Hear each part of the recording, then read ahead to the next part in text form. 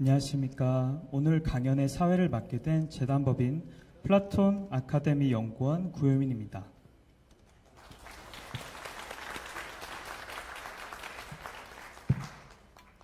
한가위 연휴도 지나 보내고 날씨가 무척 선선해졌습니다. 우리 몸도 마음도 더위를 피해 여유롭고 또 후련해진 것 같습니다. 좋은 가을날 많은 분들께서 이곳 유니스트 대강당을 찾아주셔서 울산에서 진행하고 있는 2024 인문웨이브의 뜨거운 열기가 느껴집니다. 재단법인 플라톤 아카데미는 인간의 보편 정신과 인격의 탁월함을 추구하는 성찰의 인문학을 심화 확산시킨다는 목적으로 설립된 국내 최초 인문학 지원재단입니다. 본 강연은 문화체육관광부와 울산광역시가 주최하고 울산문화관광재단이 주관하며 재단법인 플라톤 아카데미와 한국문화예술위원회가 공동 기획하였습니다. 3. 멈춰서 바라보다 첫 번째 강연은 행복한 사회 만들기, 공화국 시민을 위한 역사 공부를 주제로 연세대학교 신학과 김상근 교수님께서 강연을 해주시겠습니다. 강연이 끝나면 연사님과 서강대학교 희망연구소 나진경 소장님, 석혜원 교수님의 대담이 진행됩니다. 대담을 위한 질문은 대중분들께서 사전에 보내주신 내용들로 준비했습니다. 감사합니다. 행복한 사회 만들기, 공화국 시민을 위한 역사 공부 강연에 앞서 안승대 울산광역시 행정부시장님께서 인사말을 해주시겠습니다.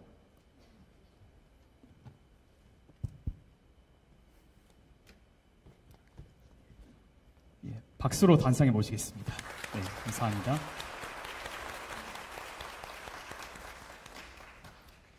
네, 안녕하십니까. 울산광역시 행정부시장입니다.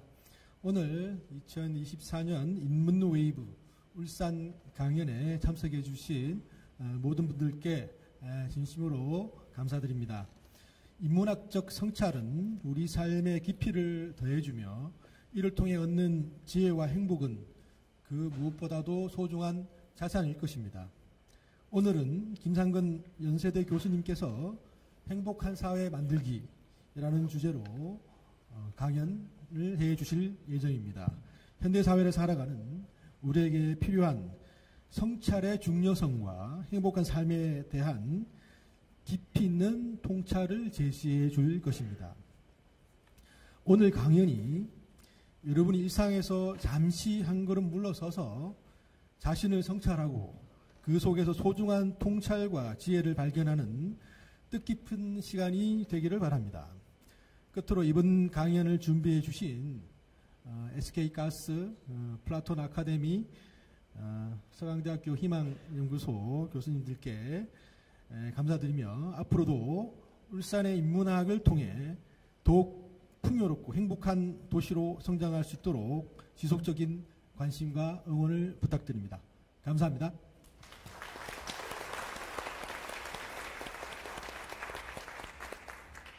오늘 연사이신 김상근 교수님께서는 연세대학교 신과대학을 졸업하시고 미국 사우스캐롤라이나 에머리 프린스턴 대학에서 수학하셨습니다. 현재 연세대학교 신과대학 신학과 교수이시며 활발한 저술, 연구, 사회 참여 활동을 이어오고 계십니다. 그럼 지금부터 행복한 사회 만들기, 공화국 시민을 위한 역사 공부를 주제로 한 강연을 김상근 교수님께 박수로 청해 듣도록 하겠습니다.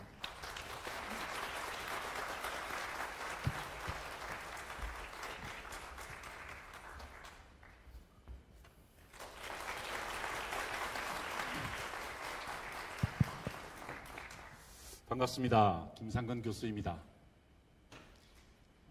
플라톤 아카데미와 함께 울산에서 유니스트에서 여러분하고 함께 공부를 할 수 있는 기회를 주셔서 감사드립니다. 이렇게 가을이 문득 다가온 것 같죠? 지난 여름 굉장히 더웠는데 이제 정말 가을이 우리 앞에 갑자기 이렇게 다가온 것 같습니다. 가을에 오면은 그런 생각을 하게 됩니다. 우리도 이 가을처럼 성숙해지고 넉넉해지면 좋겠다 이런 생각을 하게 되는데요. 오늘 바로 그런 시간이 함께 이루어지기를 바라면서 제가 준비한 강의를 시작해 보도록 하겠습니다. 오늘 강의 주제는 공화국 시민을 위한 역사 공부입니다. 대한민국의 국호는 우리가 헌법에 규정된 대로 민주공화국이죠. 대한민국은 민주공화국이다. 저와 여러분은 다 공화국 시민입니다. 그렇다면 우리 공화국에 살고 있는 저와 여러분은 어떤 역사 공부를 해야 하고 또 우리 공동체가 행복한 공동체가 되기 위해서는 어떤 생각을 하고 어떤 실천을 옮겨야 되는지에 대해서 고대 그리스와 로마의 사례를 통해서 생각해보는 그런 시간이 되었으면 좋겠습니다. 저는 이런 사람이고요. 이미 소개를 받았습니다만은 사진을 바꿀 때가 되었죠. 네, 너무 현실감 없는 사진이 사용돼서 대단히 죄송하게 생각합니다. 제가 참 좋아하는 도시가 있습니다. 바로 그리스의 아테네인데요. 서구 문명의 기원으로 알려져 있는, 특별히 기원전 5세기에 일어났던 엄청난 일들은 서구 문명의 지금의 모습을 규정했다고 해도 과언이 아닙니다. 이 화면에 보이는 아크로폴리스 위에 파르테논 신전은 정말 서양 건축물의 모범이 되는 그런 아주 뛰어난 아름다움을 자랑하죠. 어쨌든 수많은 일들은 그리스뿐만 아니라 유럽 서구의 지성사에 절대적인 영향을 미쳤던 것을 기억합니다. 지금 보이는 수많은 사람들의 모습, 동상으로 조각되어 있는 이유는 이 사람들이 모두 모범적인 삶을 살았을 뿐만 아니라 그들의 업적을 통해서 문명이라는 어떤 그 규정이 일어났기 때문에 이런 사람들의 모습이 조각으로 표현되어 있습니다. 8세기의 작가였던 호메로스부터 시작해서 오늘도 잠시 모습을 드러내게 될 헤시오도스, 그리스 비극의 아버지로 불리는 아이스킬로스, 그리고 소포클레스, 에우리피데스 모두 비극 작가였죠. 철학의 아버지로 불리는 소크라테스를 비롯하여 역사학의 아버지로 불리는 투키디데스, 그리고 희극의 아버지로 불리는, 모두 아버지만 있어서 죄송합니다만, 아리스토파네스, 그리고 그 유명한 키루스의 교육이라는 책을 썼던 크세노폰, 마지막으로 우리가 오늘 소개받게 될 플라톤도 바로 이 시기에 이 장소에서 활동했던 사람들입니다. 그런데 왜 이 사람들이 이렇게 서구 문명의 모범으로 길을 닦은 사람들의 모습으로 전시되어 있는 것일까요? 그리스는 아주 독특한 곳이었습니다. 왜냐하면 눈에 보이는 현상에 만족하거나 그곳에 머무르지 않고 눈에 보이지 않는 그 보편적 현상, 보편적 원리까지 확장하려고 했던 사람들이 바로 그리스 사람들이었기 때문에 그렇습니다. 지금 여러분이 보시는 이 화면에 원반 던지는 사람은 물론 조형적인 아름다움을 가지고 있지만 그리스 사람들이 이 조각을 할 때는 도대체 아름다움이란 어떤 모습을 가지고 있을까? 아니, 아름답기 위해서는 어떤 보편적 법칙이 적용되어야 하는가에 대한 관심을 반영하고 있는 작품입니다. 그리스 사람들은요, 그냥 인체를 조각하지 않았습니다. 원리를 찾아 나갔다라는 것이죠. 기원전 5세기에 폴리클레이토스라는 인물은요, 보시는 것처럼 얼굴의 길이는 전체 신장의 7분의 1이 될 때 가장 이상적인 몸이다 라고 설명을 했습니다. 보편적 원칙을 찾았던 것이죠. 하지만 한 세기를 지나서 이제 리시푸스라는 사람은 그렇지 않다. 완벽한 아름다움, 신체의 아름다움을 표현하기 위해서는 얼굴이 전체 신장의 8분의 1이 되어야 한다라는 팔등신의 비율을 제시했습니다. 여러분은 지금 제 설명을 들으면서 이 그림들과 저의 신체를 비교하고 있을 텐데요. 그리스 사람들은 이런 사람들이었다라는 것입니다. 심지어 건물을 지을 때도 이 사람들은 그냥 짓지 않았습니다. 어떤 기둥을 어떤 장소에 설치해야 가장 이상적이냐를 놓고 보편적인 원리를 찾아 나갔던 것입니다. 그래서 도리스, 이오니아, 고린도 양식이라는 아주 독특한 구조의 기둥을 제안을 하게 된 거죠. 그래서 이 기둥의 모형에 따라서 건물을 지어 놨던 것입니다. 완벽한 신전은 도대체 어떤 모습을 갖춰야 될 것인가? 가로와 세로의 길이는 어떤 비율을 유지해야 하는가? 앞면에 서 있는 기둥과 옆면에 서 있는 기둥의 비율은 어떻게 됐을 때 가장 안전하고 아름답고 실용적인가에 대한 원리를 찾아나갔던 사람들이 바로 그리스 사람들이었다는 것입니다. 그래서 그들은 깨달았습니다. 앞면 기둥의 숫자 곱하기 2 플러스 1이 됐을 때 건축물은 가장 이상적이다. 신전은 가장 이상적인 건물이 된다라고 판단하게 되었습니다. 그렇습니다. 제가 지금부터 질문을 드리겠습니다. 앞면에 기둥이 6개다. 그러면 옆면은 몇 개일까요? 13개입니다. 그죠? 7개면 15개입니다. 앞면 곱하기 2 플러스 1이 바로 이상적인 건물의 원칙이었다는 것이죠. 참 그러니까 그리스 사람들은 대단했습니다. 인체 그리고 건축의 원리를 보편적 원리를 찾아 나갔다라는 것이죠. 심지어 그들은 인간사의 원리를 찾아 나갔습니다. 어떻게 하면 비극이 탄생하게 되는 것일까? 어떻게 하면 사람들이 카타르시스를 느끼며 비극을 느낄 것인가에 대한 원리 또한 찾아 나갔습니다. 자, 그렇다면은 그리스 사람들은 무엇을 추구했을까요? 조형적인 아름다움, 비극의 원리뿐만 아니라 이제 이상적인 사회, 자기가 몸담고 있는 사회가 이상적인 공동체를 형성하기 위해서는 도대체 어떤 보편적 법칙이 적용되어야 되는가에 대해서 고민을 하기 시작했던 것입니다. 지금 그림에 보이는 저 뒤쪽으로 아크로폴리스가 보여요. 앞쪽은 피닉스 언덕이 보이는데요. 바로 그 피닉스 언덕에서 사람들이 모여서 함께 고민을 나눴던 것입니다. 우리 사회가 건강하고 행복한 사회가 되기 위해서는 어떤 보편적인 법칙을 적용해야 하는가에 대한 고민을 하게 된 것이죠. 그래서 그들은 정치 제도를 관찰하기 시작했습니다. 자신들이 살아가는 사회에 여러 도시국가, 폴리스라 그러죠. 그 도시국가들의 정치 체제를 분석해 들어갔던 것입니다. 해본이 이렇습니다. 왕정이 있습니다. 왕정이 존재하는 지역이 있었는데요. 예컨대 스파르타 같은 경우에는 왕정이었죠. 그런데 그 왕정은 시간이 지나면 꼭 귀족적으로 이전되어 가더라라는 것입니다. 왜냐하면 한 명의 독재를 인정하지 못하는 귀족 집단들이 반발하기 때문에 귀족정이 펼쳐지게 되고요.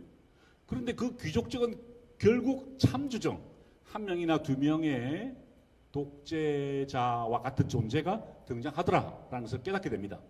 그런데 그 참주정은 오래가지 못했습니다. 왜냐하면 그 사회의 모순이 누적되기 때문이죠. 결국에는 민주정이 도입됩니다.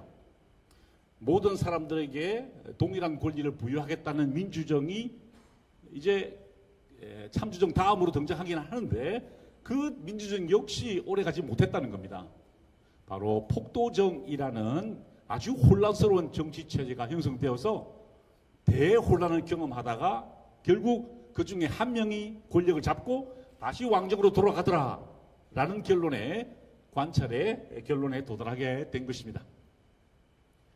지금 대한민국은 어느 상태에 있을까요? 네, 그건 여러분의 관점에 따라서 다 다르겠죠.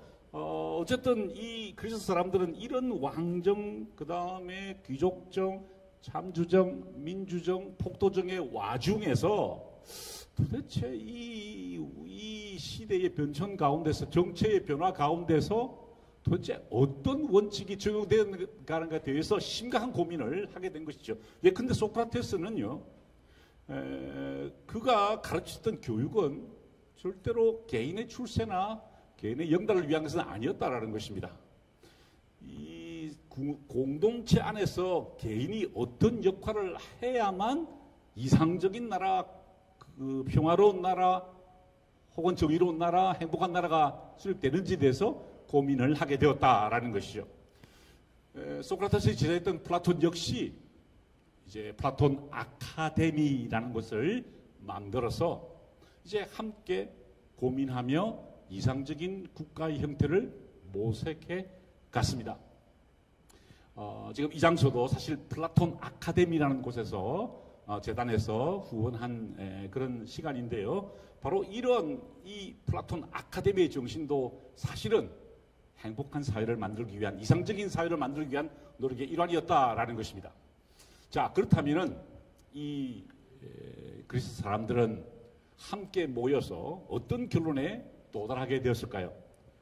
행복한 나라를 만들기 위해서, 이상적인 국가를 만들기 위해서 그들은 교육이 중요하다는 결론에 이르게 됩니다. 바로 이것이 파이데이아의 개념입니다. 교육이라고 번역할 수 있는데요. 조금 더 이상화된 교육이라고 번역하는 게 맞습니다. 어쨌든 이 그리스 사람들은요, 이 파이데이아라는 것을 통해서 이상적인 사회, 행복한 국가를 만들어 가고자 했다라는 것입니다. 이 그림은 뭐 굉장히 유명한 라파엘로의 아테네 학당이라는 그림이죠. 이 그림에 등장하는 모습이 바로 학교의 모습입니다. 아테네 학당이죠. 사실은 플라톤 아카데미를 상징하는 것입니다. 이곳에서 사람들은 함께 모여서 교육을 통해서, 파이데이아를 통해서 이상적인 행복한 국가를 만들어 보자라는 고민을 하게 된 것입니다. 그러니까 이 플라톤 아카데미 혹은 그리스 사람들의 교육의 목적은 지도자를 양성하고 이 지도자들이 어떻게 하면 행복한 나라를 만들어 갈 수 있을까에 대한 고민을 하도록 이렇게 유도한 것입니다. 자, 그렇다면은 그 지도자들에게 요구되었던 것은요, 도대체 어떤 커리큘럼이었을까가 중요하겠죠. 그리스 국가에서 시행됐던 교육의 목표는 무엇이었냐라는 것입니다. 결론부터 말씀드리면 그것은 아레테의 추구였습니다. 탁월함의 추구였다라는 것이죠. 왜냐하면 행복한 사회를 만들기 위해서는 지도자는 탁월해야 합니다. 그렇다면 탁월함을 어떻게 양성할 것인가에 대해서 고민을 할 수밖에 없었던 것이죠. 일반 교육, 그러니까 직공을 위한 교육은 아레테 교육이라고 하지 않았고요. 테크네라고 불렀습니다. 기술이라고 번역할 수 있습니다. 바로 이런 테크네는 일반 도공들 같은 사람들, 일반 직능인을 위한 것이었습니다. 하지만 지도자들을 위해서는 아레테라는 탁월함의 추구를 교육의 목표로 삼았다라는 것이죠. 다시 말씀드리면 그리스의 교육, 그리스의 파이데이아는 개인의 완성이나 출세를 위한 도구가 아니었다라는 것입니다. 국가의 일원으로서 지도자가 되는 방식에 대해서 가르치고 그 모든 노력들이 우리 모두를 행복하게 만들어야 한다라는 전제를 가지고 있었다라는 것이죠. 따라서 교육은 공동체의 모색이었습니다. 개인의 노력이 아니었다라는 것이죠. 자, 그래서 처음 등장한 커리큘럼이 바로 호메로스의 일리아스라는 책이었습니다. 호메로스는 기원전 8세기의 시인이었고요. 작가였습니다. 이 사람은 트로이 전쟁의 역사를 기록한 일리아스를 통해서 그리스의 첫 번째 스승이 되었다라고 알려져 있습니다. 이 일리아스라는 책은요, 알렉산드로스 대왕이 황금 상자에 넣어 다녔습니다. 그만큼 소중하게 읽었다는 것이죠. 알렉산드로스와 같은 훌륭한 지도자가 반드시 읽어야 할 책이 호메로스의 일리아스였다라는 것입니다. 여러분 아마 스티브 잡스라는 인물을 기억하실 겁니다. 애플을 창업하셨고 아이폰을 만드신 분이죠. 그분께서 잠시 대학에 다녔는데 그 대학의 이름이 리드 칼리지였죠. 그 리드 칼리지는요, 입학 통지서와 함께 호메로스의 책을 학생들에게 선물로 보낸다라고 합니다. 지금도 그런다고 그래요. 왜 그럴까요? 교육의 출발점이 바로 이 책에 담겨 있다. 일리아스에 담겨 있다. 바로 그런 이유일 겁니다. 그래서 이 책은 그리스의 첫 번째 교재였는데요. 탁월함을 추구하는 사람은 반드시 이 호메로스의 일리아스를 읽어야 했다라는 것이죠. 자, 그렇다면 그 내용은 무엇이었을까요? 트로이 전쟁의 주인공이었던 이 핫토르와 그리고 이 주인공들이 다시 하겠습니다. 지금 이것은 방송이 되고 있기 때문에 제가 말이 엇갈렸습니다. 그래서 다시 하겠습니다. 죄송합니다. 이 호메로스의 일리아스는요, 아킬레우스와 헥토르와 같은 트로이 전쟁의 영웅들의 이야기를 담고 있습니다. 이 두 사람은 각각 그리스 연합군과 트로이 연합군의 사령관 대장들이었습니다. 이 대장들은요, 목숨을 걸고 이제 적과 싸워야 했던 것이죠. 지금 화면에도 그 장면이 묘사되어 있는데요. 이 두 사람은 지도자로서 탁월함을 추구해야 했습니다. 목숨을 걸고 싸워야 했다 이겁니다. 자, 그런데 이런 탁월한 영웅이 되기 위한 지도자 교육, 아레테 교육은 곧 문제점이 발견됩니다. 어떤 일일까요? 지도자가 아레테를 발휘해서 영웅이 되는 것은 좋은데 지나치면 어떻게 될까요? 독재의 위험이 있다라는 것입니다. 그래서 그리스 사람들은 야, 이 호메로스의 일리아스만 가르쳤으면 안 되겠구나. 또 다른 책을 가르쳐야 되겠구나. 라는 생각을 하게 되었습니다. 이른바 커리큘럼의 보완이 일어난 것이죠. 바로 그 책이 오디세이아라는 책입니다. 역시 호메로스가 썼다고 알려진 책입니다.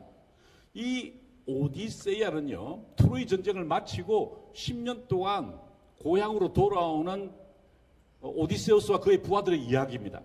그런데 여기 주인공으로 등장하는 오디세우스는요, 보통 사람이 아닙니다. 굉장히 말을 잘하고 일처리가 능숙한 사람이었습니다. 아까 우리가 보았던 일리아스에서는요, 잘 싸우는 사람, 상대방을 제압하는 사람이었습니다. 헥토르와 아킬레우스가 그런 사람들이었죠. 그런데 이 오디세우스는요, 리더십이 뛰어난 사람이었다라는 것이죠. 그래서 이 그리스의 교육자들은 깨닫게 된 겁니다. 아, 우리에게 필요한 것은 호메로스의 일리아스뿐만 아니라 오디세이아도 필요한 것이구나. 왜냐하면 우리가 원하는 지도자는 말 잘하고 일처리에 능숙한, 즉 리더십이 뛰어난 사람이어야 한다라는 것입니다. 이 오디세우스가 얼마나 말을 잘하고 일처리가 능숙한지 한번 사례를 들려보겠습니다. 이 오디세우스와 그의 부하들이요, 메시나 해협을 지나가게 되었어요. 그런데 양쪽에서 괴물이 등장했습니다. 스킬라와 카리티스라는 괴물이었는데요. 이 스킬라는 머리가 6개 달린 괴물입니다. 용처럼 생겼습니다. 그런데 이 카리티스는 소용돌이에요. 오른쪽으로 가면 6명이 죽게 되고요, 왼쪽으로 가면 소용돌이에 휘말려서 모두 죽게 됩니다. 그러면 지도자는 어떤 선택을 해야 될까요? 오른쪽을 선택하게 됩니다. 바로 스킬라 쪽으로 배를 몰아가는 것이죠. 예상대로 6명이 목숨을 잃게 됩니다. 그래서 이 해협을 빠져나왔을 때 선원들이 의기소침할 수밖에 없었습니다. 왜냐하면 자기 전우들이 죽었기 때문에 그랬죠. 그러자 이 오디세우스가 가판 위에 올라가서 이렇게 소리칩니다. 전우들이여, 생각하건대 이번 일도 언젠가는 우리에게 추억이 될 것이다. 굉장히 말을 잘하죠, 그죠? 예. 이런 식으로 그 사람들의 그 패배감을 무마하고 계속해서 항해를 이어갔다라는 것이죠. 자, 이것이 바로 두 번째 등장한 그리스 교육의 지향점이었습니다.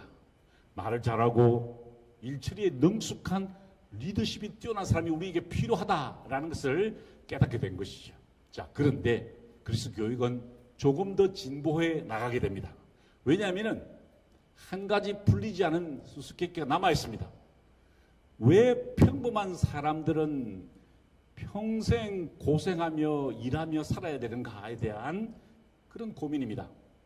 지금까지 우리가 호메로스의 책을 통해서 배웠던 사람들은 위대한 지도자들입니다. 그런데 평범한 사람들은 어떻게 살아야 되는가에 대한, 그들을 위한 교육은 도대체 무엇이어야 되는가에 대한 고민이 시작된 것이죠. 바로 이 고민을 해결하기 위해서 그리스에 또 다른 스승이 등장했으니 바로 헤시오도스란 인물이었습니다. 이 사람은 실제로 목동이었습니다. 가난한 사람이었죠. 평생 노동해야 했던 사람입니다. 그런데 이 사람은 어떤 경험을 통해서 뛰어난 문학적 영감을 얻게 되었고요. 일들과 날들 그리고 신통기라는 책을 통해서 이제 농촌에서 힘겹게 살아가야 하는 사람들의 일상에 대해서 그들의 교육에 대해서 강의를 하게 된 것입니다. 그래서 그가 쓴 책이 바로 일들과 날들 그리고 신통기입니다. 노동하는 인간, 평범한 인간들을 위한 교육 지침이 제시되었다라는 것이죠. 지금 보이는 사진은 시칠리아의 아그리젠토라는 곳입니다. 뒤에 지금 도시의 모습이 보이죠. 사실 이 마피아가 시칠리아에서 생겼는데요. 그 시칠리아 마피아가 가장 활동을 많이 하는 곳이 아그리젠토입니다. 아주 척박한 땅인데요. 그 척박한 땅 도시의 앞에 농원에서 일하고 있는 농부의 모습을 사진으로 찍은 것인데 그 그리스 사람들은 그런 고민을 하게 된 겁니다. 도대체 왜 인간은 이렇게 힘들게 노동하며 고단한 삶을 살아야 되는가? 이들에게 교육적인 가르침은 무엇이어야 하는가에 대한 고민을 하게 된 것이죠. 그래서 그들을 위해서 새로운 개념이 정립되게 됩니다. 바로 아레테에 대한 개념이 발전승화된다라는 것이죠. 그 이전까지 지도자를 위한 교육에서 아레테는 탁월함에 추구했습니다. 영웅이 되는 것이었습니다. 말을 잘하고 일지를 잘하는 것이었어요. 그런데 이제 평범한 사람들을 위해서 노동하는 인간들을 위해서 탁월함은 아레테는 성공이라는 개념으로 발전하게 됩니다.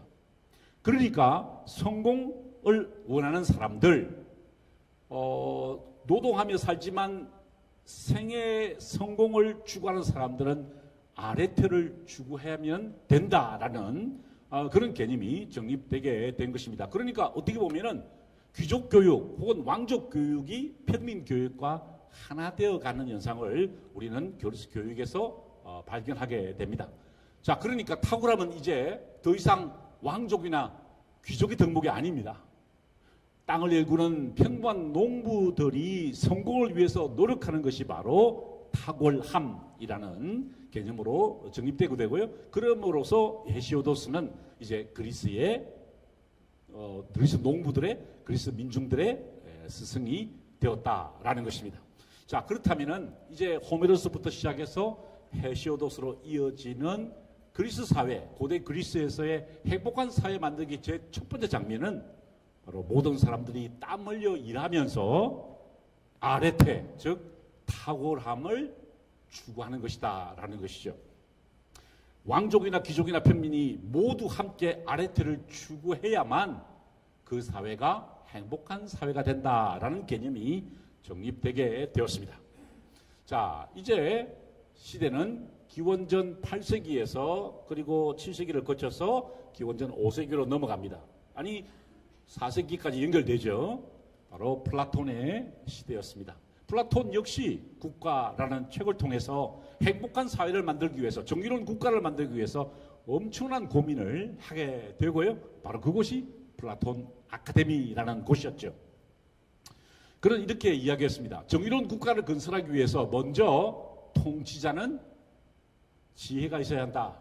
수호자는 용기를 가져라. 그리고 일반인은 절제하라라고 가르쳤습니다. 이것이 바로 정의로운 국가다라고 이야기했던 것이죠. 자, 그렇다면은 이 플라톤의 프레임을 그대로 우리 한국 사회에 적용하면은 대통령은 무엇을 가져야 될까요? 지혜를 가져야 됩니다. 공무원들은 뭘 가져야 될까요? 용기를 가져야 됩니다. 일반 시민들은 절제해야 합니다. 이것이 바로 정의로운 나라의 기본 덕목이다라는 것이죠. 이것은 단순히 국가만의 문제가 아닙니다. 학교, 회사, 가정, 나 자신 모두가 사실은 여기에 적용될 수 있습니다. 저는 아들이 하나밖에 없는데요. 제 아들에게 늘 이렇게 이야기합니다. 아들아, 우리 집안의 통치자인 너의 어머니는 지혜를, 수호자인 나는 용기를, 유일한 아들인 너는 절제를, 이렇게 항상 그게 바로 이상적인 가정이다라고 제가 늘 강조하는데요. 바로 플라톤은 이런 점을 강조했던 것입니다. 자, 그렇다면은 수호자가 중요합니다. 왜냐하면은 그 당시만 해도 외국의 침공을 많이 받았잖아요. 그런데 수호자가 사실 지도자이고요. 그 수호자가 어떻게 나라를 방어하느냐가 그들의 행복의 아주 기본적인 전제적인 문제를 해결하는 것이죠. 그렇다면 우리는 수호자를 어떻게 양성해야 되는가에 대해서 플라톤은 고민을 하게 됩니다.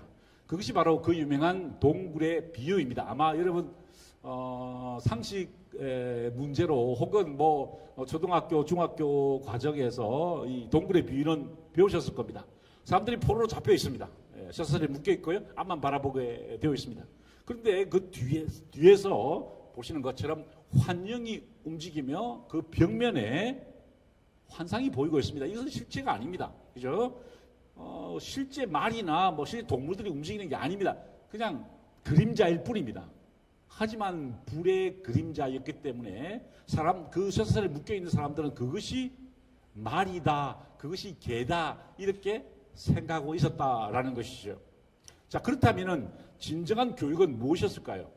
진정한 교육은 셔틀에 묶인 채로 이게 지나가는 게 말, 그 다음에 개, 그 다음에 토끼다라는 순서를 외우는 것일까요? 그렇지 않다라는 것입니다. 플라톤이 이야기했던 것은 뭐냐면은 행복한 사회를 만들기 위해 수호자들이 해야 할 일은 쇠사슬을 끊고 밖으로 나가는 것이다 라는 것입니다. 환영을 보는 것이 아니라 쇠사슬을 끊고 밖으로 나와서 진정한 태양을 바라보는 것, 그것이야말로 교육의 목표여야 한다라고 제시하게 된 겁니다. 자, 그러니까 교육이라는 것은요, 쇠사슬에 묶인 채 지나가는 것의 환영의 순서를 기억하는 게 그 교육이 아니고 쇠사슬을 끊고 방향을 돌려서 밖으로 나가는 것, 그것이 교육이다. 몸을 돌리는 것, 다른 방향으로 영혼을 돌리는 것이 바로 교육이다라고 설명을 하게 된 것입니다. 그런데 여기서 또 한 번의 방향 전환이 일어납니다. 플라톤이 이야기했던 것은 여기서 그치지 않았습니다. 밖으로 나간 다음에 태양을 본 다음에 그 다음 해야 할 행동이 있습니다. 그것이 무엇일까요? 바로 다시 방향을 돌려서 동굴 안으로 들어가는 것이었습니다. 왜냐하면 동교 시민들이 그 동굴 안에 갇혀 있고 쇠사슬에 묶여 있기 때문이죠. 자, 그렇다면 진정한 수호자는 방향을 돌려서 다시 그 동굴 안으로 들어가 동료 시민들을 구출해서 내야 한다는 것입니다. 그것이 바로 행복한 사회를 만들기 위한 수호자의 사명이다라는 것이죠. 플라톤은 말만 그렇게 하지 않았습니다. 실제로 그는 3번이나 시치리아를 방문했어요. 그곳에 참주를 설득하려고 합니다. 그런 식으로 해서는 안 된다라고 설득하려고 하다가 2번이나 죽을 뻔한 경험을 하게 되죠. 그는 말로만 행복한 사회를 만드는 사람이 아니라 몸으로 실천하는 사람이었다라는 것입니다. 자, 그렇다면은 고대 그리스가 우리에게 들려주는 행복한 사회 만들기의 2번째 장면은요, 지도자들이, 수호자들이 이타적인 존재가 되는 것입니다. 자기가 동굴 밖으로 나왔다고 해서 거기에 만족하는 것이 아니라 다시 동굴 안으로 들어가서 쇠사슬에 묶여있는 동료 시민을 구출하고 함께 태양을 보기 위해서 나가는 것, 그것이 바로 진정한 수호자의 사명이다라고 이야기를 하게 된 것이죠. 자, 이제 3번째로 넘어갑니다. 이소크라테스라는 인물입니다. 여러분은 소크라테스는 들어보셨는데 이소크라테스는 처음 들어보실 겁니다. 이소크라테스는요, 상당한 명망가였습니다. 스승이었습니다. 왜냐하면은 플라톤 아카데미아 거의 쌍벽을 이뤘던 그런 인물입니다. 수사학교를 창립했고요. 그리고 이 수사학교에서 많은 그 변론수를 가르쳤던 그런 인물입니다. 그런데 플라톤과는 기관으로서 경쟁했고요. 사실 인물로 경쟁한 사람은 또 있습니다. 데모스테네스라는 인물인데요.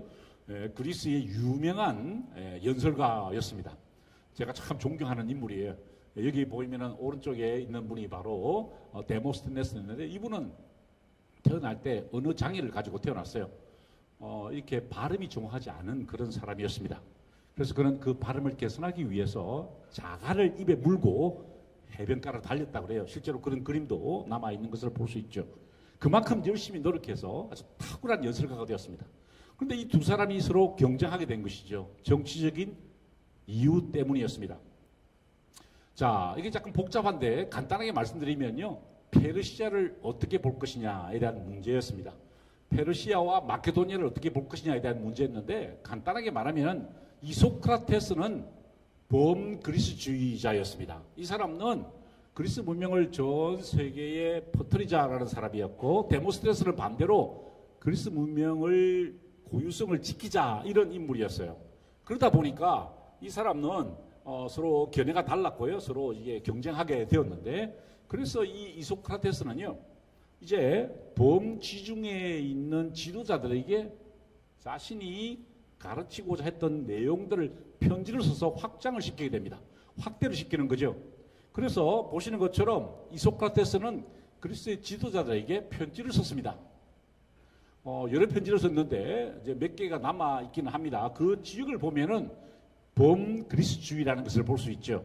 아테네를 중심으로 한 그 그리스 지역뿐만 아니라 북쪽으로 마케도니아, 이 지도에서 보면은 필리포스와 알렉산드로스가 마케도니아 출신이죠. 서쪽으로는 디오니시오스, 그러니까 시칠리아의 왕이었고요. 아르키다모스는 스파르타의 왕이었고 니코클레스는 저 멀리 지중해 동쪽에 있는 사이프러스, 키프로스의 왕이었습니다. 이 사람들에게 편지를 써서 계몽하는 그런 역할을 하게 되었다라는 거죠. 자, 그가 쓴 편지는요 아주 교묘한 정치적 장치를 가지고 있었습니다. 그는 왕에게 직접 편지를 썼습니다만 그 편지를 사본으로 만들어서 전 지중해에 뿌렸습니다. 왜 그렇게 했을까요? 그는 이렇게 생각한 겁니다. 왕에게 편지를 보내고 이 편지가 모든 사람들에게 알려져 있다는 것을 알게 되면 왕이 조심할 거라는 거죠. 왜 그럴까요? 왕이 이 편지 내용대로 하지 않으면은 시민들이, 일반 백성들이 그 내용을 알고 있다는 것을 알게 하는 것입니다. 제가 예를 들어 우리나라 대통령께 편지를 썼다고 봅시다. 근데 여러분은 그 내용을 모를 겁니다. 그런데 이소크라테스는 그 내용을 모든 국민들에게 공개해버린 겁니다. 그러니까 대통령이 만약에 이 편지 내용과 어긋나는 행동하게 되면 백성들이 뭐라 그럴까요? 아니 김사국 교수가 그때 편지에 이렇게 썼는데 왜 저렇게 하지? 이런 말을 하지 않겠어요? 바로 그런 것을 노린 겁니다. 그래서 이소크라테스는 아주 교묘한 정치적 장치를 동원해서 지도자 교육에 나서게 된 것이죠.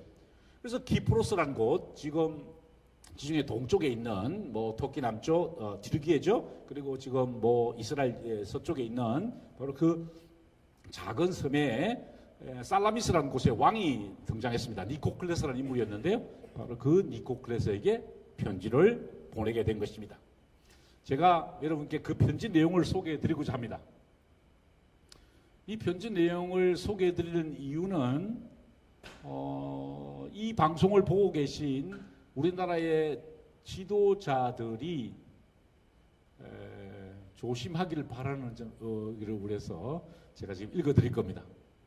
왜냐하면 우리 시민들이 이 내용을 다 알고 있다라는 것을 전제를 해서 제가 읽어드리는 겁니다. 그러니까 우리 정치 지도자들이 만약에 이렇게 행동하지 않으면은 이소크라테스가 한 이야기를 김상건 교수가 방송에서 했는데 왜 저렇게 할까라고 조심하라는 그런 의미를 가지고 있습니다.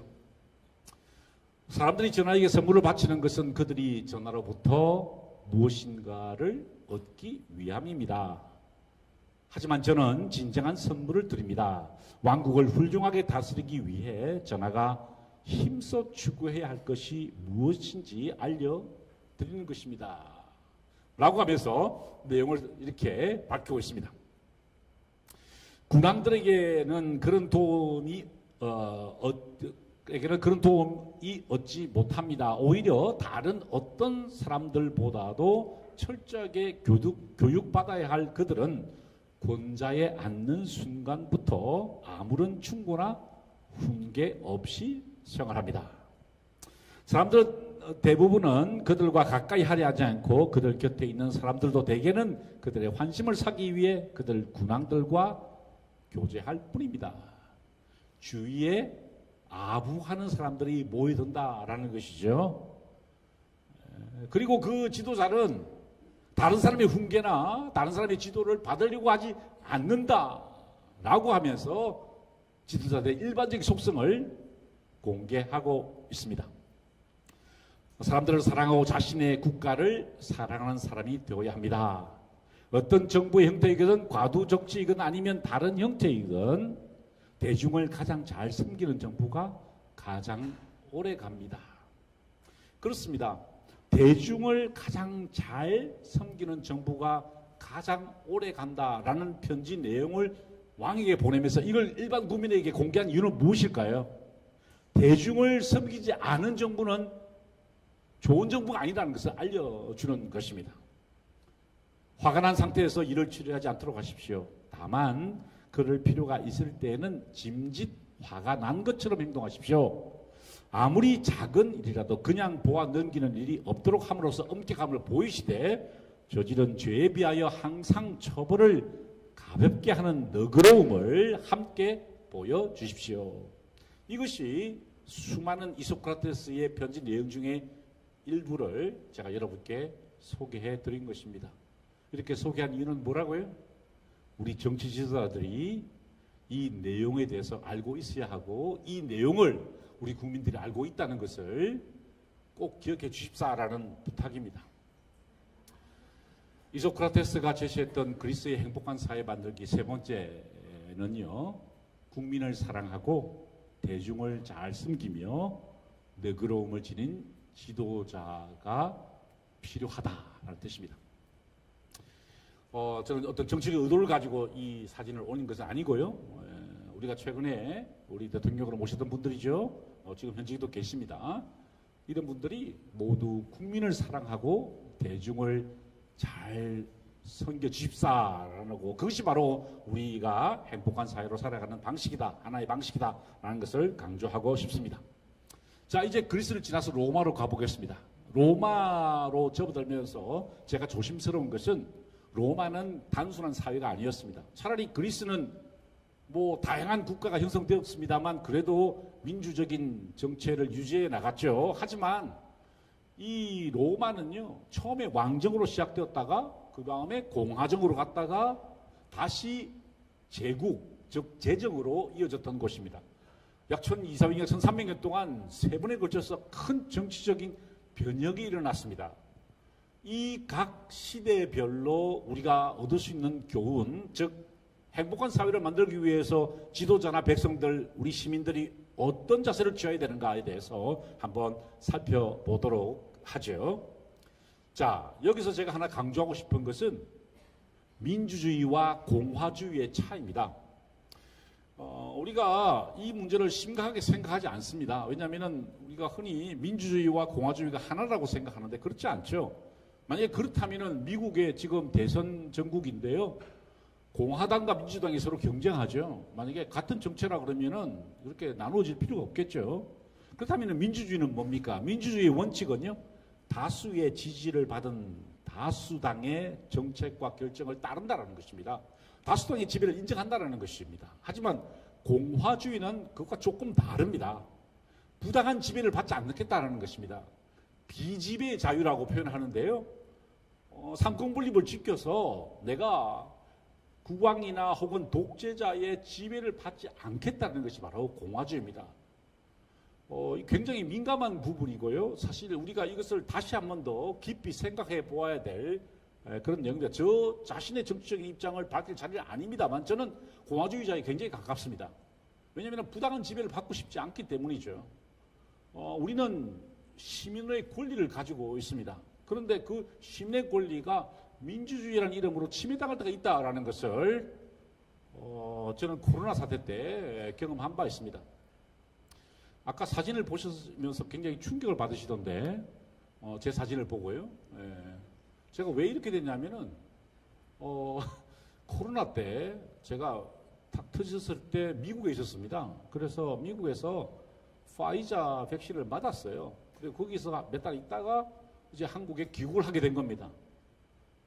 그랬더니 어떻게 됐죠? 제가 밖으로 나가려고 하니까 미국에서 파이자 백신을 맞은 것은 인정해 주지 않는다라는 것이죠. 불법 시술을 했다는 거예요. 그래서 그게 무슨 말이냐. 나는 미국에서 만든 파이자를 미국에서 받고 증명서를 가지고 왔다라고 하니까 아니, 한국에서는 다시 맞아야 된다라고 불법 시술을 하셨다라고 하더라고요. 그래서 제가 총 7번을 맞게 되었습니다. 예, 그래서 이렇게 되었습니다.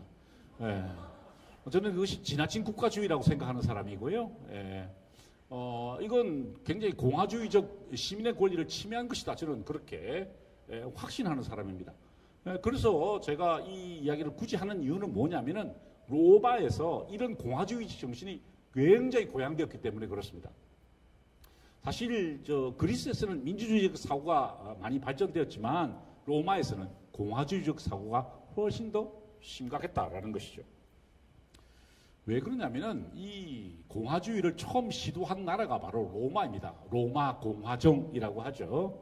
그런데 이 공화정이 위태롭습니다. 왜? 모두 다 자신의 권리를 주장하게 되니까 어떤 일이 벌어질까요? 권력 투쟁이 일어나고 계급 간의 갈등이 일어나더라라는 것이죠. 삼두 정치가 펼쳐졌습니다. 뭐 여기에 대해서 상세히 설명하는 자리는 아닌 것 같습니다만 권력의 다툼이 일어났다 이 뜻입니다. 그리고 폼페이우스에게 권력이 넘어갔지만 이 율리우스 카이사르가 그걸 가만두지 않죠. 자신도 권력을 추구하는 사람이기 때문에 이제 주사위는 던져졌다 하면서 반란을 일으키게 됩니다. 그래서 결국 폼페이우스는 아프리카에서 죽게 되고요. 그리고 우리가 잘 아는 대로 기원전 44년에 율리우스 카이사르도 암살을 당하게 됩니다. 브루투스 노마저 라고 하면서 임종했다는 그 유명한 이야기가 전해져 내려오고 있죠. 자, 신분의 화합을 주장했던 키케로까지 암살을 당했습니다. 이것이 바로 공화주의의 마지막 장면이었어요. 그러니까 이 로마 사람들은 이 공화주의에 대해서 아주 심각한 고민을 하게 된 겁니다. 그 고민의 연장선에 있었던 사람이 바로 역사가 티투스 리비우스라는 인물이었죠. 로마사의 저자입니다. 굉장히 중요한 책이고요. 로마사를 재구성하는 데 아주 결정적인 책입니다. 그런데 이 리비우스는 어떤 고민을 안고 책을 썼을까요? 바로 이 공화주의가 왜 폭력으로 점철되었는가? 왜 로마 사람들이 이렇게 폭력적인가? 이 폭력을 막기 위해서는 어떻게 해야 되는가에 대한 고민을 이 책에 쏟아내고 있는 것입니다. 리비우스의 로마사라는 책입니다. 이 책의 목적은 지금까지 인간들이 어떻게 살아왔고 그들의 도덕적 기준이 무엇이었는지 그리고 어떤 지도자들 밑에서 제국을 승리를 이끌고 또 확장시켜 왔는지 알아보는 것이다. 라는 권두원을 가지고 책이 시작되었습니다. 무엇을 행해야 되고 무엇을 행하지 말아야 되는가에 대한 역사 기술을 써놓았던 것이 바로 리비우스의 로마사라는 것이죠. 그래서 그는 로마 역사를 추적해 들어갑니다. 초기 왕정부터 이제 역사 규명에 들어갑니다. 우리가 잘 아는 대로 로마는요, 로물루스와 레무스라는 두 형제가 늑대젖을 먹으면서 성장하고 이 두 형제가 서로 이제 성장해서 결국에는 권력 투쟁을 일으키게 된다라는 내용으로 이어집니다. 로마를 건국하게 되었는데요. 이 두 형제가 서로 영토를 놓고 싸우다가 결국에는 형제가 서로 죽고 죽이는 그런 사륙전을 벌이게 되고 로물루스가 나라를 만들게 되죠. 그래서 로마라는 나라가 창건되게 됩니다. 로마라는 나라는 왜 이렇게 폭력적인가에 대한 규명을 하기 위해서 이 이야기를 강조한 것이죠. 리비우스에 의하면요, 로마는 어떤 나라일까? 바로 비천하고 무지한 사람들이 모인 나라다라는 것입니다. 심지어 범죄자들이 모여서 만든 나라다라는 것이죠. 그들이 첫 번째 거주자였다라는 이야기를 하면서 로마에서의 폭력은 필연적이었다라고 설명을 합니다. 자, 그렇다면 그 필연적 폭력을 막기 위해서 행복한 사회를 만들기 위해서 로마는 무엇을 해야 했을까요? 바로 엄격한 법의 준수라는 제도를 만들게 됩니다. 로마를 창건했던 로물루스는요, 자신의 왕권을 상징하기 위해서 12명의 릭토르를 대동하고 다녔습니다. 이 사진에도 그림에도 앞에 서 있는 사람들이 바로 릭토르입니다. 그리고 그 릭토르는요, 항상 파스케스라는 것을 들고 다녔습니다.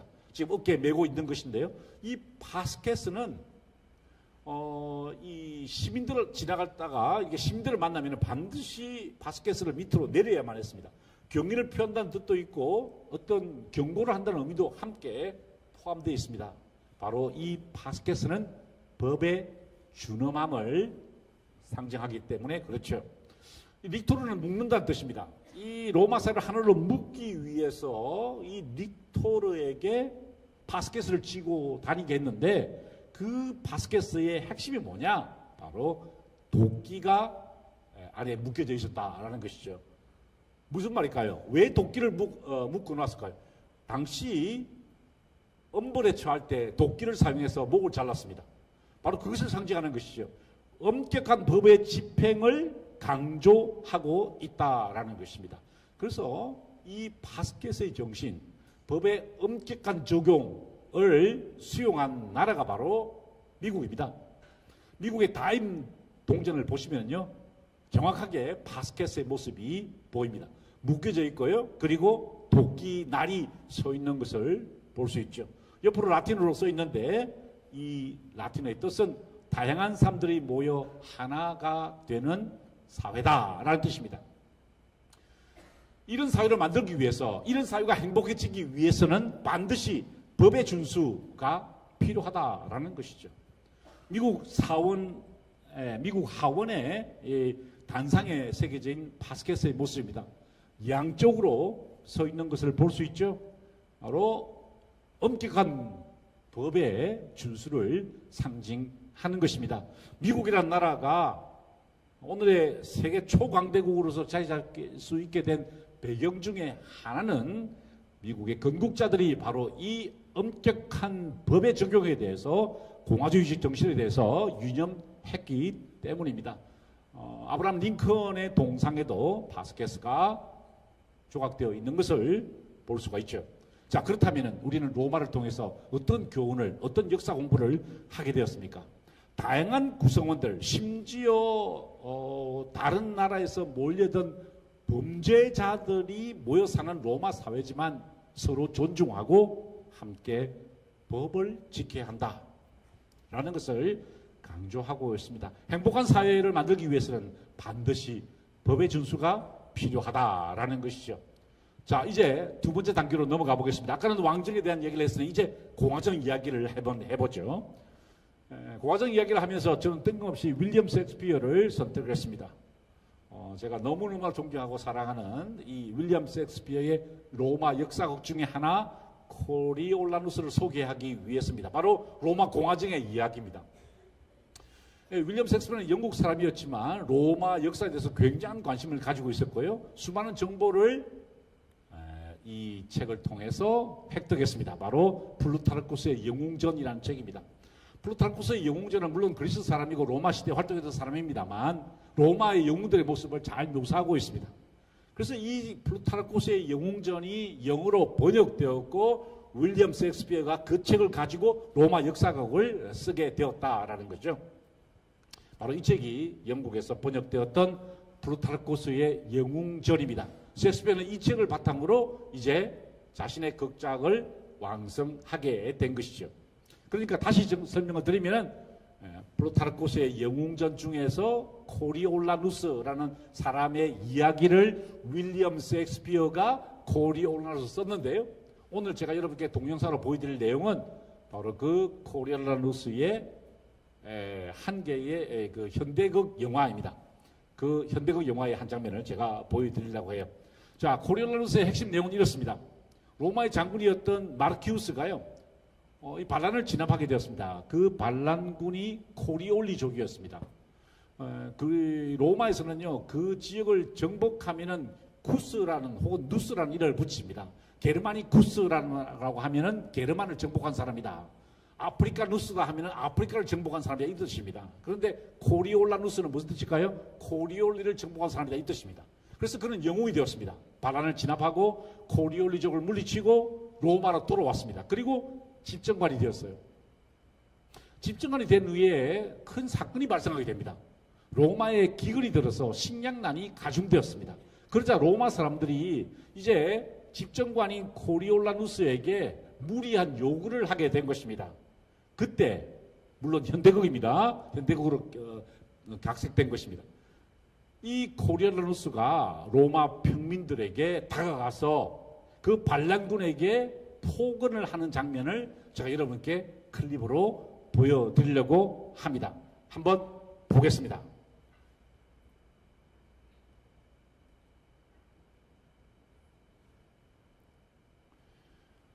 지금 아쉽게도 소리가 나지 않고 있습니다. 원래 제가 준비한 것에는 소리가 납니다만 상관없습니다. 제가 여러분을 위해서 육성으로 방송을 해드리도록 하겠습니다. 고릴로 나왔습니다. 무슨 짓이냐? 싸움만 일으키는 불안당 같은 녀석들아, 아무 생각 없이 내뱉던 너희들의 말이 지금 무슨 의미가 있다고 생각해? 라고 하자 반란한 시민들이 저항합니다. 너희에게 좋은 말하는 인간은 너희들에 대한 힘을 간춘 채 아첨하는 것이다. 평화도 전쟁도 만족하지 못하는 자들, 평화로울 때는 기죽어 살다가 전쟁만 터지면 활개치는 놈들아, 듣고 있네요. 너희 놈들이 사자인 줄 알지만 사실은 토끼에 불과해. 사람들은 너희를 여우인 줄 알지만 사람들은 지나가 버렸습니다. 훌륭한 사람이 너희의 미움을 받는 것은 당연한 일이야. 이 윌리엄 셰익스피어의 내용입니다. 목을 매달을 자식들아, 시도 때도 없이 생각을 바꾸는 것들, 한때 증오하던 자들이 이제 고귀하다 말하며 한때 칭송한 자를 이제는 불의하다 말하는 거나 뭐가 불만이냐? 원로원들이야말로 진정으로 너희들을 위하는 사람들이었고 바른 소리하는 사람들이었다. 그분들이 없었다면 너희는 또 누구를 잡아먹을 생각이냐?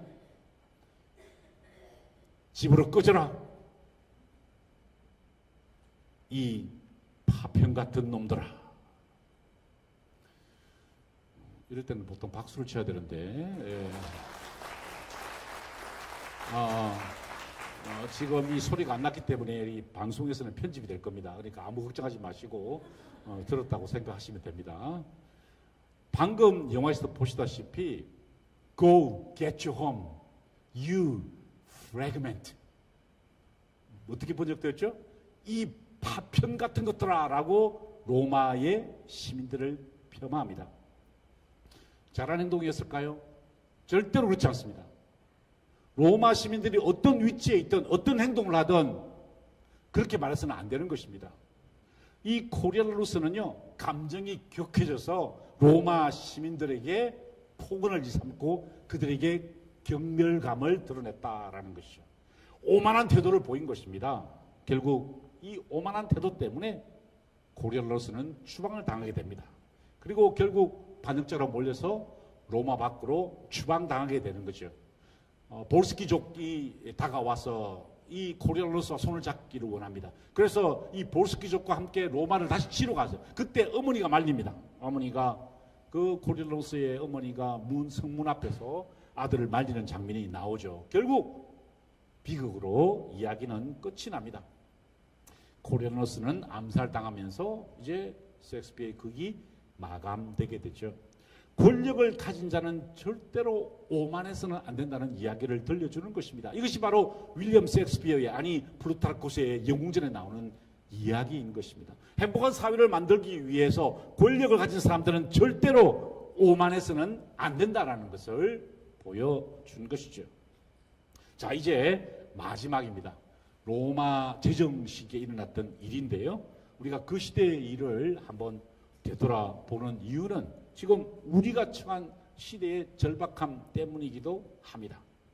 자, 이제 AD 198년에 카라칼라라는 인물이 등장하게 됩니다.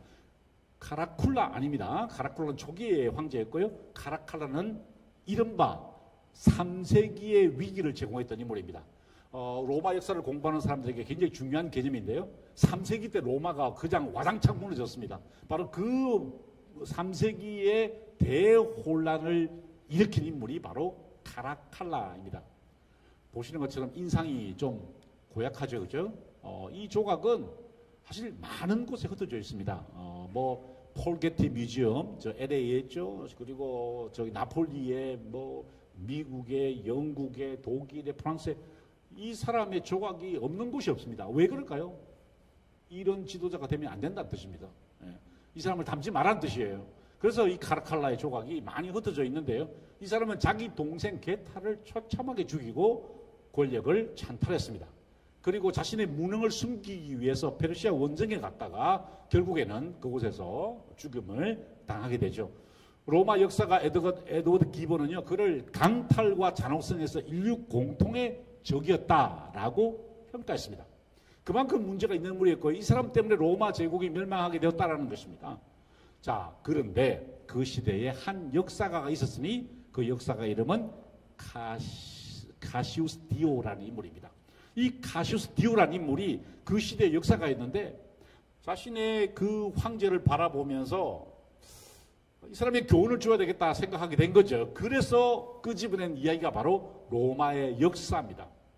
로마가 어떻게 창건되었는지 그 시대 이야기를 복기하면서 이제 지금 황제에게 경고의 메시지를 날린 것이죠. 바로 카시우스 디오의 로마사입니다.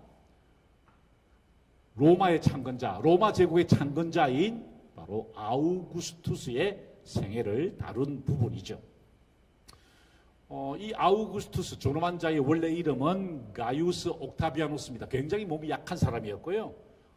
그리고 자기 친척이었던 율리우스 가이사라가 기원전 44년에 암살을 당했을 때 거의 공포에 떨었던 인물입니다. 뭐 10대였습니다. 그때. 그러니까 얼마나 겁이 났겠어요. 그때 이 옥타비아누스 즉 아우구스투스가 되는 이 인물에게 용기를 불어넣어준 사람이 있습니다. 바로 두 명의 친구였던 것이죠.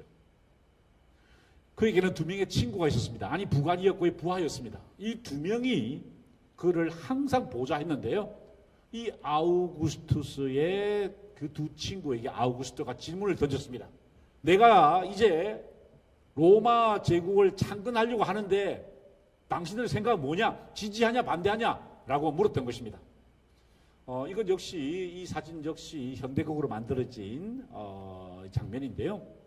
중앙에 있는 사람이 아우구스투스고 좌우에 있는 사람이 바로 아그리파와 마에케나스라는 인물입니다.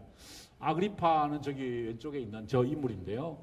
저 아그리파는 여러분들이 그 대생을 하신 분들은 아마 이름을 기억하실 겁니다. 아그리파를 대생을 많이 하죠. 바로 그 인물이고요. 반대편에 있는 인물이 마에케나스입니다. 마에케나스는 메세나 운동의 기원이 되는 인물입니다. 메세나는 그 기업이 문화활동을 장려하고 지원했을 때 일어나는 현상을 메세나 운동이다 이렇게 표현하죠. 그죠? 그래서 이 두 사람이 굉장히 유명한 인물이었는데 이 아그리파는 사실 외무장관 혹은 국방장관 역할을 했고요. 이 마이케나스는 로마 시장 혹은 내무부 장관 역할을 했다라고 간략하게 분류할 수 있습니다. 그러니까 정말 이 아우구스투스에게는 이 두 명이 꼭 필요했던 인물이죠. 두 사람 다 친구였고 나중에 부하가 되고 심지어 이 아그리파는 나중에 사위까지 되는 그런 인물이기도 합니다. 그때 제일 먼저 아그리파에게 묻습니다. 아그리파의 대생하는 저 조각이 보이죠? 아마 아우구스투스가 황제가 되면 가장 큰 이익을 볼 사람이 아그리파였을 겁니다. 하지만 아그리파는 반대합니다. 왜냐하면은 첫째, 이 아우구스투스가 몸이 굉장히 약했습니다. 간질병 증상이 있었거든요. 그래서 하지 마라라고 조언합니다.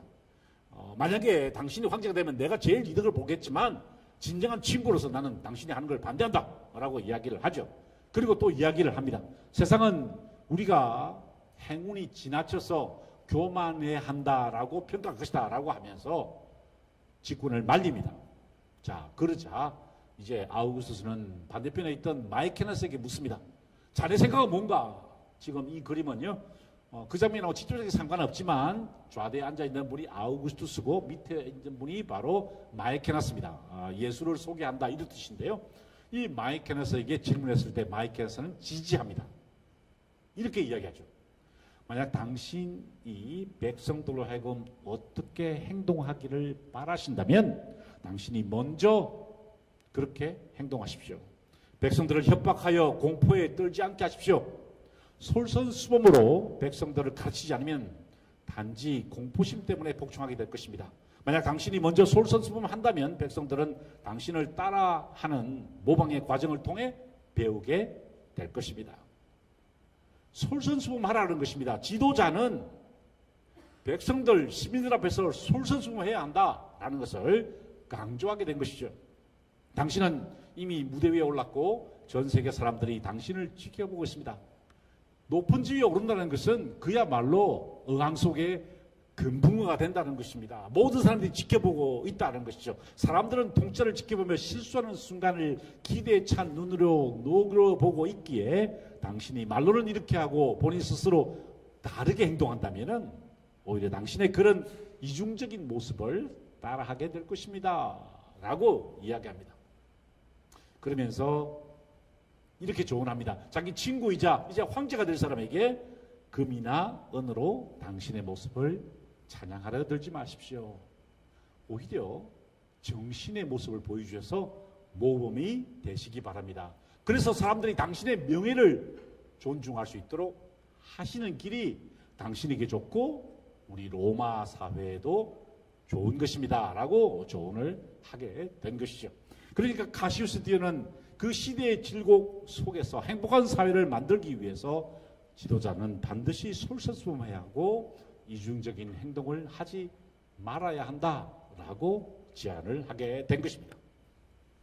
자, 이제 정리를 할 때가 왔습니다. 우리는 고대 그리스에서 행복한 사회를 만들기 위해 노력했던 세 가지 순간들을 목격했습니다. 아레테의 개념이었죠.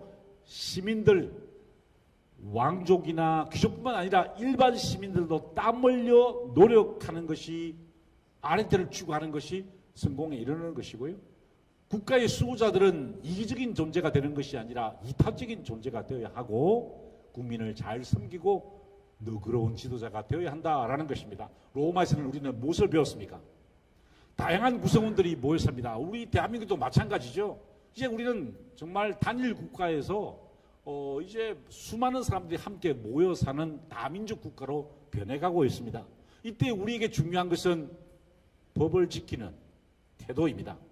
법을 준수하는 태도죠. 그래야만 우리가 서로 행복하게 살 수 있다라는 것입니다. 조심해야 될 것은 권력자의 오만입니다. 코리올로스가 시민들에게 Get your home, you fragment라고 했다가 결국에는 죽음을 당하게 되었다라는 것이죠. 마지막으로 아우구스투스의 사례에서 아니 마이케나스의 조언을 통해서 우리는 지도자가 솔선수범해야 되고 이중적인 행동을 하지 말아야 한다는 것을 배우게 됐습니다.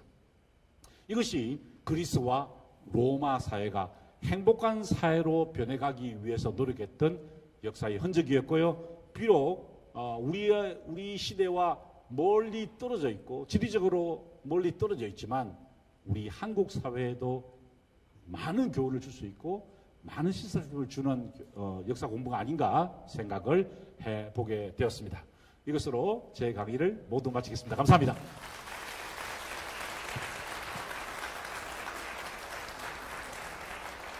네, 좋은 강연 해주신 김상근 교수님께 다시 한번 큰 박수 부탁드립니다.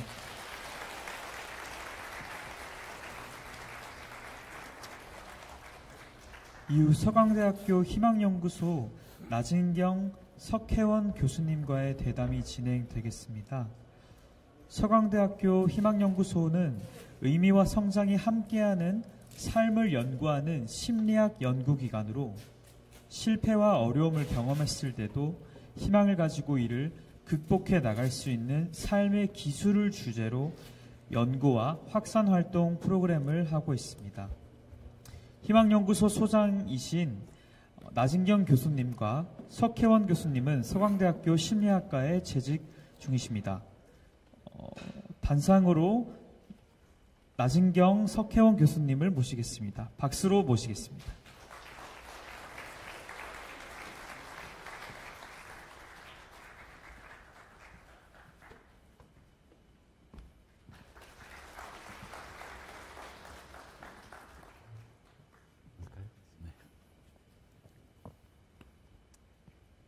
교수님 긴 시간 강의 감사합니다. 감사합니다. 네, 열정적인 연기까지 함께 해주셔서 아주 좋은 강의였던 것 같습니다. 저도 오늘 많이 배웠습니다. 네. 감사합니다. 오늘 여러 가지 얘기 해주셨는데요. 제가 뭐 개인적으로 느끼기에는 좀 교육의 중요성을 강조해 주셨다. 저는 그렇게 느꼈습니다. 그리스 시대에서 뭐 아카데미아나 또 아테네 학당을 통해서 많은 사람들의 교육이 이루어졌고 또 로마 공화정 얘기를 해주시면서는 역사학자들이 지도자들에게 교훈과 가르침을 주기 위해서 책을 쓴 이런 얘기를 해주셨는데요. 저는 심리학자고 또 구체적으로는 사회심리학을 하고 있습니다.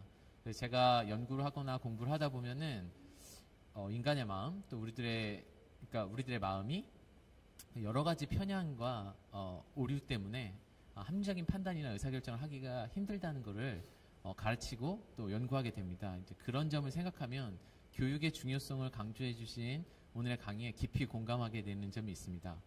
근데 또 한편으로 생각해 보면 인간의 마음이 그렇게 오류와 편향을 갖고 있기 때문에 교육을 통한 개개인의 계몽만으로는 어떤 한계가 있지 않을까 이런 생각도 해보게 됐습니다. 그래서 교육을 통한 개개인의 계몽도 중요하지만 이를 보완해 줄 수 있는 어떤 제도적인 장치나 사회적 시스템에 대해서도 좀 고민이 필요하지 않을까 이런 생각을 해봤는데요.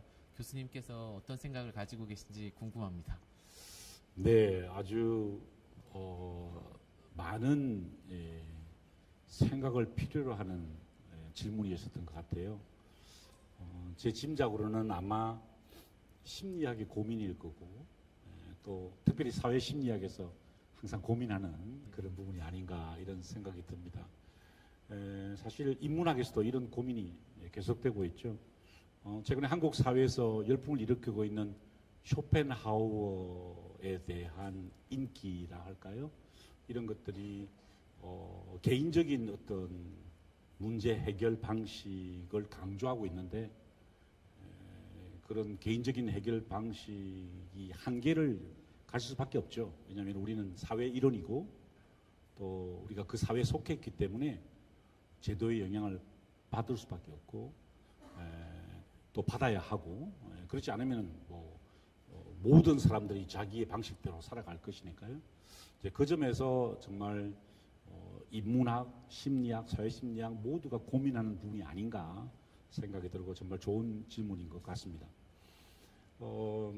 하지만 제 강의에서 강조하고 싶었던 것은 지나친 제도나 사회적 규범 혹은 사회적 제재를 통해서 개인의 자유가 침해되는 것도 막아야 한다라는 것이 제 생각입니다. 그래서 정말 그 개인의 노력 중요하고 사회적 규범 혹은 사회적 제도의 필요성도 인정하지만 그렇다고 해서 그 개인을 지나치게 규제한다거나 민주주의라는 이름으로 그 개인의 지배받지 않고자 하는 권리까지 침해당하는 것은 막아야 한다는 것이 제 생각입니다. 이게 정확한 답은 아닌 것 같아요. 그리고 이게 순환을 일으키고 있는 질문입니다. 그만큼 좋은 질문이라는 뜻입니다. 그러니까 한번 우리가 함께 고민해야 될 그런 부분이 아닌가 이런 생각이 듭니다. 갑자기 안 나오는데? 이게 꺼진 거 아닌가요? 괜찮은가요? 배터리가 다 된 것 같은데. 이제 나왔습니다. 됐습니다. 다시 할게요. 정말 웃으시면 제가 못합니다. 다시. 배터리가 잠시 나갔다가 들어가기 때문에 정말 이 대답하기가 굉장히 어려운 그런 질문을 제기하신 것 같아요. 왜냐하면 우리 모두의 고민을 담고 있는 것이고 개인의 자유, 사회적 규범이 충돌하는 지점에 있는 질문이기 때문에 그렇지 않나 생각이 듭니다. 사려 깊은 답변 감사드립니다. 네, 그러면 이번엔 제가 한번 질문 드려보겠습니다. 네. 저도 오늘 굉장히 재밌게 강연을 잘 들었고 저는 항상 행복에 대해서 좀 과학적인 입장에서 접근하려고 하는 사람인데 오늘은 좀 인문학적이고 역사적이고 또 철학적인 배경에서 이제 접근을 하게 되어서 굉장히 즐겁고 또 새로운 배움을 많이 얻었던 것 같은데요. 특히 오늘 교수님께서는 이제 권력자들에 대해서 이제 어떠한 권력자가 되어야 하는가 말씀을 많이 해주신 것 같은데 이제 저는 하루하루를 살아가는 어떤 개인의 입장에서 좀 질문을 드려보겠습니다. 요즘에 이제 저희 젊은 세대들이 갓생을 굉장히 추구하고 있잖아요. 이 갓생이라는 것이 어떤 생산적인 목표를 세워놓고 이제 굉장히 부지런하고 열심히 그 목표를 달성하기 위한 어떤 삶을 살아가는 것을 뜻하는데 어떤 면에서 오늘 교수님께서 말씀해 주셨던 아랫대를 추구하는 삶 이것과 연결되는 부분도 있는 것 같지만 또 다른 점도 있지 않나 하는 생각이 듭니다. 그래서 이 갓생과 아랫대 혹시 교수님께서는 이제 이 둘이 어떠한 관계 혹은 차이가 있다고 보시는지 궁금하고요. 또 요즘에 갓생을 추구하고 있는 우리 젊은 세대들에게 어떤 말씀을 해주시고 싶은지 듣고 싶습니다.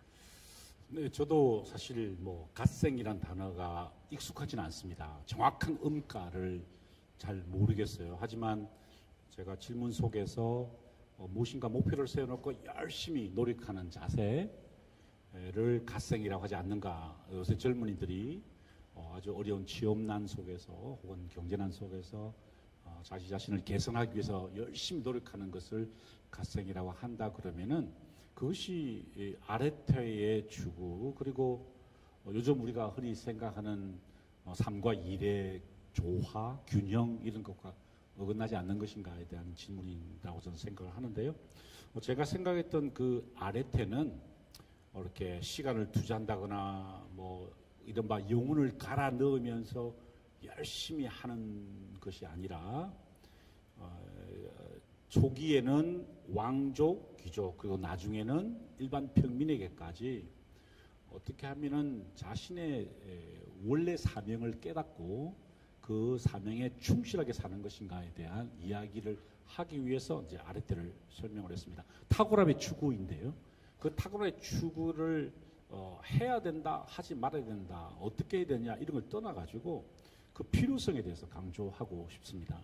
특별히 우리 사회는 그 여러 가지 계층으로 구성되어 있다고 봐요. 실제적으로 어떤 학생들은 오늘 신문에도 제가 그걸 본 것 같은데 아침부터 저녁까지 일을 해야 되고 아르바이트 해야 되고 그 다음에 학교에 들어가서 공부하는데 공부할 시간이 없어서 아주 가슴 아파하는 그런 학생의 글을 제가 읽어봤던 것 같은데 그런 사람도 있는 반면에 그렇지 않은 사람도 분명히 존재합니다.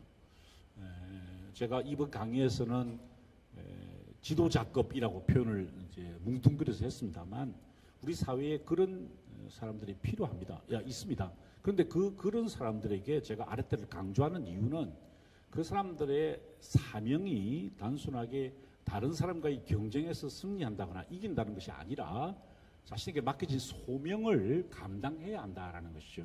그만큼 기회가 주어졌으니 그만큼 사회를 위해서 봉사하고 헌신해야 한다는 것을 강조하면서 제가 지도자들에 대한 언급을 많이 했던 것 같아요.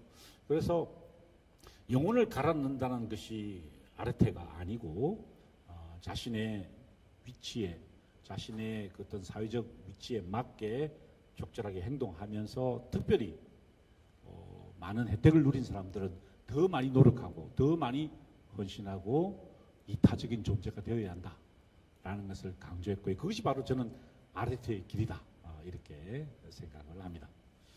어떻게 질문에 답이 되었는지 모르겠습니다. 네, 좋은 답변이었던 것 같고 사실 저희가 목표를 추구하면서 살 때 어떤 그 방향을 참 잘 생각을 해야 될 텐데요. 어떤 그런 것들에 대해서 생각할 부분을 많이 던져주신 것 같습니다. 네, 그렇습니다. 감사합니다. 방향성 아주 좋은. 아까 제가 지도자들은 두 번의 방향전을 해야 된다라고 했던 것 같은 이야기죠. 보통 사람 같으면 그냥 밖으로 나와서 태양을 보며 만족하면 됩니다. 하지만 지도자들은 절대로 그래서는 안 되고요. 다시 방향을 돌려서 동굴 안으로 들어갈 각오를 해야 하는 것이 탁월한 지도자의 덕목이 아닌가 저는 그렇게 생각합니다. 그런 점에서 방향의 전환, 이제 굉장히 방향의 설정 굉장히 중요한 내용이다 저는 생각합니다. 오늘 그리고 미리 받은 질문들이 저희에게 주어져 있는데요. 저희가 그 중에서도 몇 개 골라서 대신해서 김상근 교수님께 질문해 보도록 하겠습니다. 네. 어떤 한 시민분이 행복한 사회의 정의와 조건은 어떤 것인지 궁금하다고 질문을 주셨습니다. 네, 아주 광범위한 질문이죠. 예. 행복한 사회. 오늘 제가 어차피 뭐 고대 그리스, 로마 이야기를 했으니까 그 시대의 행복한 사회는 외국의 침공을 받지 않는 상태였습니다. 확실합니다. 왜냐하면은 그 외국의 침공이라는 그 사건들이 그들의 행복을 아주 결정적으로 침해했기 때문에 그런 관념들이 굉장히 많았습니다. 그래서 수호자들에 대한 교육이 강화되었던 것 같아요. 행복한 사회는 외국의 공격을 받지 않는 평화로운 곳입니다. 이렇게 말씀드리면 우리한테는 별로 의미가 없을 것 같은데 지금 팔레스타인이나 혹은 우크라이나나 러시아에서 이럴 생각을 보면 그건 정말 심각한 행복한 사회 기준이 아닌가 생각이 듭니다. 그 다음에 이제 중요한 플라톤적인 개념을 보면은 결국에는 모든 구성원들이 각자의 자리에서 효용감이라고 할까요? 그 심리학적 용어죠. 예, 그런 것들을 느끼는 상태를 행복이라고 표현했습니다. 그래서 그 행복을 위해서 뭐 지도자, 그다음에 수호자, 일반 시민들이 각자의 효용감, 그러니까 자신의 존재감이 잘 드러나는 곳이 이상적인 곳이다라고 이야기를 했죠. 그 이후에 뭐 산업사대가 일어나면서 복지적인 차원, 경제적인 차원이 되어졌습니다만 고대 그리스 로마에서는 일단 이렇게 외국의 공격을 받지 않고 평화롭게 사는 것이 행복하고, 그 다음에 각자 자신의 사회적 위치에서 노력한 그 정당성이랄까요? 그 존재감, 그것이 보장되는 곳이 행복한 곳이다라고 했습니다. 이걸 도입하면 우리나라에서도 행복한 사회가 되어야 되겠다. 되려면 무엇을 해야 되는가에 대해서 생각을 해야 되겠죠. 자주국방 당연히 해야 될 것이고요. 그게 우리한테는 별로 중요한 문제가 아닌 것 같지만 사실 전쟁을 경험한 우리 그 조상, 그러니까 어르신들, 우리 부모님들 세대에서는 굉장히 중요한 문제입니다. 젊은 분들은 잘 이해하지 못하는 부분이라고 저는 생각해요. 전쟁의 경험은 아주 끔찍한 어떤 그 트라우마를 남겼죠. 그래서 그 자주국방이 굉장히 저는 중요하다. 좀 굉장히 생뚱맞은 이야기지만 고대 그리스에서 로마에서 비춰보면 굉장히 중요한 행복의 기준이었다라는 말씀을 드리고 싶습니다. 네. 그 심리학에서도 행복을 연구할 때 이런 어떤 정서적인 즐거움이나 쾌락 같은 걸 의미하는 정서적 행복과 또 그런 정서적인 측면의 행복뿐만이 아니라 또 효능감을 느끼며 살 수 있는 삶의 의미적인 측면에서 행복을 다루는데 오늘 해주신 말씀이 그 심리학에서 연구한 이런 정서적 측면의 행복, 안전이나 고통을 피할 수 있는 그런 행복과 그 하루하루 속에서 의미를 발견하고 자신의 효능감을 느낄 수 있는 그런 의미론적인 측면의 행복을 다 포괄해 주신 것 같아서 현대 심리학의 연구하고도 뭐 일관됐다고 생각이 됩니다. 그렇군요. 예, 아주 재미있는 그 발전 혹은 그 고대 사회의 가치였네요. 예. 하나 해주시죠. 네, 저도 신청자분들께서 해주셨던 질문 중에 하나를 말씀드리겠는데요. 요즘에 사실은 사회 정의에 대해서도 관심이 굉장히 많은 것 같고 또 젊은 세대들은 특히 이제 정의, 공정성 이런 것에 대해서 굉장히 관심이 많은데 오늘 그 교수님께서도 플라톤의 국가, 이상적인 어떤 국가 그리고 정의로운 국가에 대해서 말씀을 해주셨는데 여기에 질문은 이제 우리가 실제로 이런 어떤 정의로운 사회를 구현하려면 우리가 무엇을 고민해야 할까 하는 질문이었거든요. 근데 너무 오늘 교수님께 모든 것을 해결해달라고 여쭤보는 것 같아서 좀 죄송하지만 교수님께서 어떻게 생각하시는지 궁금합니다. 네, 아까 제가 강의에서도 말씀드렸다시피 플라톤의 평생에 걸친 과업이 정의로운 사회 구현이었습니다. 왜냐하면 자기 스승 소크라테스가 기원전 399년에 임종하는 모습을 지켜보았거든요. 그건 정의롭지 않다고 보았습니다. 그래서 이제 소크라테스의 죽음을 계기로 이제 플라톤이 정의로운 사회를 만들기 위해서 우리는 어떻게 해야 되는가 그래서 고민을 했죠. 그래서 국가라는 책을 쓰게 되었습니다. 그런데 거기에 대한 반론이 제기된 바도 있습니다. 왜냐하면은 플라톤이 품었던 생각이 너무나 협소했다라고 보는 사람이 있었어요. 그 사람은 크세노폰이라는 사람이었고요. 키루스의 교육이라는 책을 쓴 사람입니다. 이 사람이 그 이야기를 하죠. 그 플라톤의 개념은 작은 도시 국가에서는 맞는 말이다. 그러나 우리 그리스가 범그리스주의를 통해서 지중해 유역으로 우리 문명권을 확장해 간다면은 예를 들어 로마 제국이 된다면은 이처럼 커져 나간다면은 다른 덕목이 더 중요하다라고 제기합니다. 그것이 바로 준법 정신이었습니다. 법을 지키는 태도였죠. 아까 로마에서 제가 준법 정신에 대해서 말씀을 드렸잖아요. 로마 사람들이 그것을 깨달은 겁니다. 정의로운 사회를 만들기 위해서 각자 자신의 어떤 그 개인적 효용감 증대와 더불어서 자신의 위치를 잘 지켜나가는 것이 정의롭다고 생각했지만 이 나라의 범위가 커지고 다원화될 때 결국에는 인간의 본성이 이기적이기 때문에 법적인 문제가 대두한다는 것이죠. 그런 서로의 권리를 존중해주는 효용감 정도로서는 충분하지 않다. 그래서 법의 엄격함과 법의 준수를 강조하게 됩니다. 재미있는 것은 그 미국의 독립을 이끌었던 나라의 아버지들이라고 부르죠. 그 사람들이 벤자민 플랭클린이라든지 이런 사람들입니다. 이런 사람들이 이야기했던 것이 바로 그 제도였습니다. 법의 준수, 법의 엄격함, 그것을 이루지 못한다면은 우리 미국 합중국은 살아남을 수 없다라고 결론 내리고 그것을 미국 헌법에 이제 반영하게 된 것이죠. 정리하자면 법의 준수와 엄격함 이것이 필요합니다. 그런데 그렇다고 해서 이 법을 무작위로 혹은 무자백에 적용해서는 안 된다라는 것이 또 다른 성찰이었습니다.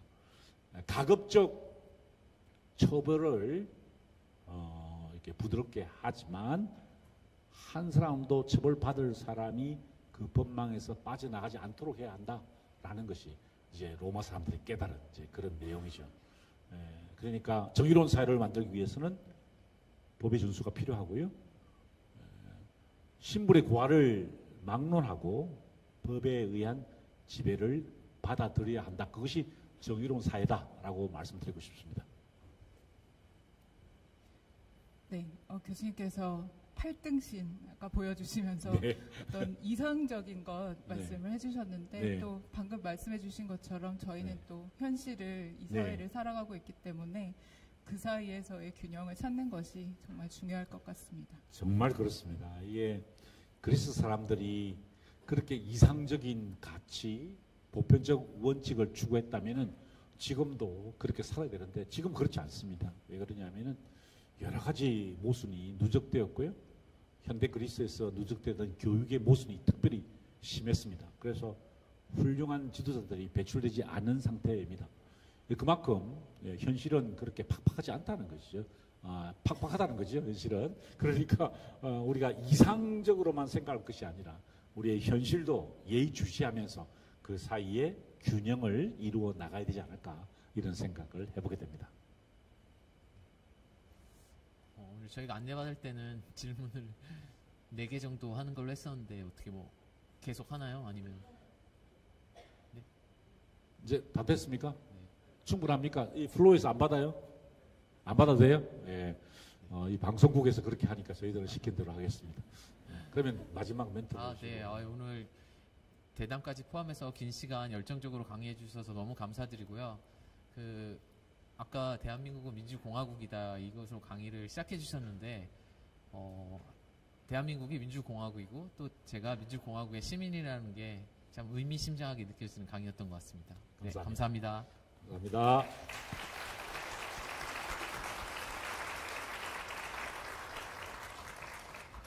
컷. 감사합니다.